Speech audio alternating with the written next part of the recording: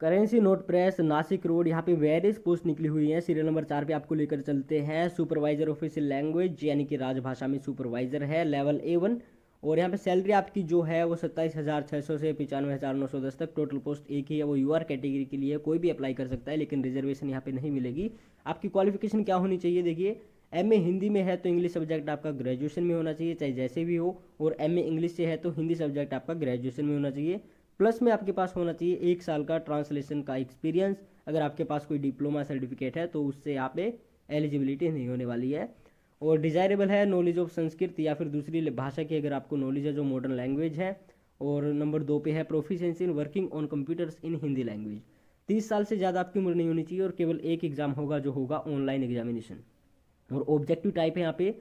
और देखिए आपका जो फाइनल सिलेक्शन है वो ऑनलाइन एग्जामिनेशन के आधार पर ही होगा, जितनी आपकी उसमें मेरिट आएगी। गाइडलाइंस है कुछ ईडब्ल्यूएस के लिए, तो यहाँ पे यूआर के लिए पोस्ट है, तो ईडब्ल्यूएस का कोई चक्कर ही नहीं है। और जिनको स्क्राइब के बारे में यहाँ पे स्क्राइब चाहिए पीडब्ल्यूडी कैंडिडेट को यहाँ पे पढ़ सकते हैं, उनके लिए गाइडलाइंस है। और आगे चलते हैं SC ST OBC PWD candidate के लिए, तो ये भी कोई काम का नहीं है क्योंकि यूआर की पोस्ट है। इंपॉर्टेंट डेट के बारे में बात करें तो 4 जनवरी 2022 से 25 जनवरी 2022 के बीच आप अप्लाई कर सकते हैं, ऑनलाइन अप्लाई होगा। और यहाँ पे देखिए आपकी एग्ज़ाम की डेट है फरवरी या मार्च में आपका एग्ज़ाम होने वाला है, लेकिन अगर ज़्यादा लोग इसके लिए अप्लाई करते हैं तो उनको टाइम लगेगा। और यहाँ पे आपकी जो डेट है एग्ज़ाम की वो बढ़ाई जा सकती है, अप्रैल में भी जा सकती है।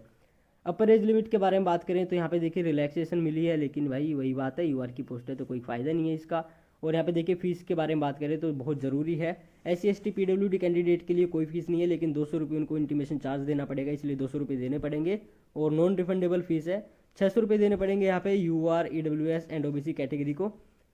और आगे चलते हैं सिलेक्शन का प्रोसेस, देखिए क्या कुछ होने वाला है। तो यहाँ पे इन्होंने साफ लिखा है 200 अंक का आपका टेस्ट होगा, 2 घंटे का टेस्ट होगा। तो यहाँ पे देखिए 5 टॉपिक से आपके प्रश्न पूछे जाएंगे, हर एक टॉपिक में से 40 प्रश्न पूछे जाएंगे, 40 अंक के होंगे। और हर एक के लिए 25-25 मिनट होगी, सिवाय general knowledge and current affairs के, यहाँ पे आपको केवल 20 मिनट मिलेंगी। तो आगे चलते हैं, देखिए यहाँ पे नंबर 1 पे है test of domain knowledge which includes Hindi to English and vice versa translation skills which includes Hindi and English comprehension. Number 2 पे general awareness with special emphasis on computer knowledge. Number 3 पे जनरल हिंदी, नंबर 4 पे general English, और number 5 पे आपकी general knowledge and current affairs. तो ये आपका छोटा सा सिलेबस है। और यहाँ पे देखिए सबसे ज़रूरी जो बात है, there will be no negative marking for wrong answers for online examination, तो ये अच्छी बात है।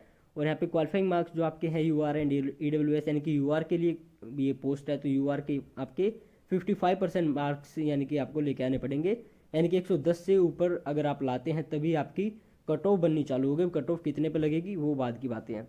एडमिट कार्ड आपके जो है वो इनकी वेबसाइट पे आ जाएंगे। इनके वेबसाइट का यहाँ पे लिंक दिया हुआ है, ब्लू इंक में आपको लिखा दिख रहा होगा cnpnasik.spmcil.com। आगे चलते हैं, तो आगे क्या इंपॉर्टेंट होने वाला है यहाँ पे देखिए सबसे ज़रूरी जो है 2 चीज़ें हैं। ऑनलाइन एग्जामिनेशन के बाद में आपके पास आपके साथ में जो क्वेश्चन पेपर है या फिर आंसर की है वो शेयर नहीं की जाएगी। और आपका जो ऑनलाइन एग्जामिनेशन होगा वो 6 सेंटर पे होगा, नासिक, मुंबई, कोलकाता, हैदराबाद, दिल्ली और भोपाल। तो जो आपके नज़दीक लगता है वो आप चूज़ कर सकते हैं यहाँ पे। और जनरल कंडीशंस हैं इसके बाद में कुछ, इनको आप पढ़ लेना एक बार ध्यान से। और हमने तो इतने गौर से पढ़ी नहीं है। तो यहाँ पे देखिए जिस तरह बहुत सारी बातें लिखी हुई हैं, TADA किसी को नहीं दिया जाएगा, तो बहुत और भी बहुत सारी चीज़ें हैं।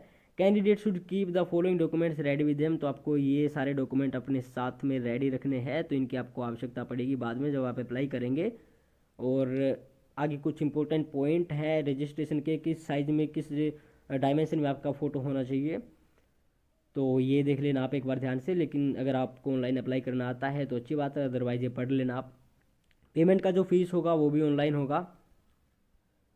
और पेमेंट आपको पता ही चल गया होगा, 600 रुपये आपकी पेमेंट होने वाली है। और सबसे लास्ट में इन्होंने दिया हुआ है EWS कैटेगरी का सर्टिफिकेट। अगर देखिए आप किसी और पोस्ट के लिए एलिजिबल है और उसके लिए अप्लाई करना चाहते हो और EWS में वहाँ पे वैकेंसी और आप EWS कैंडिडेट है, तो आप इसका प्रिंट आउट निकाल करके जो भी इन्होंने बता रखा है कि किसी अथॉरिटी से सिग्नेचर कराने आपको, तो ऑथराइज करा के आप इसको वैलिड हो जाएंगे।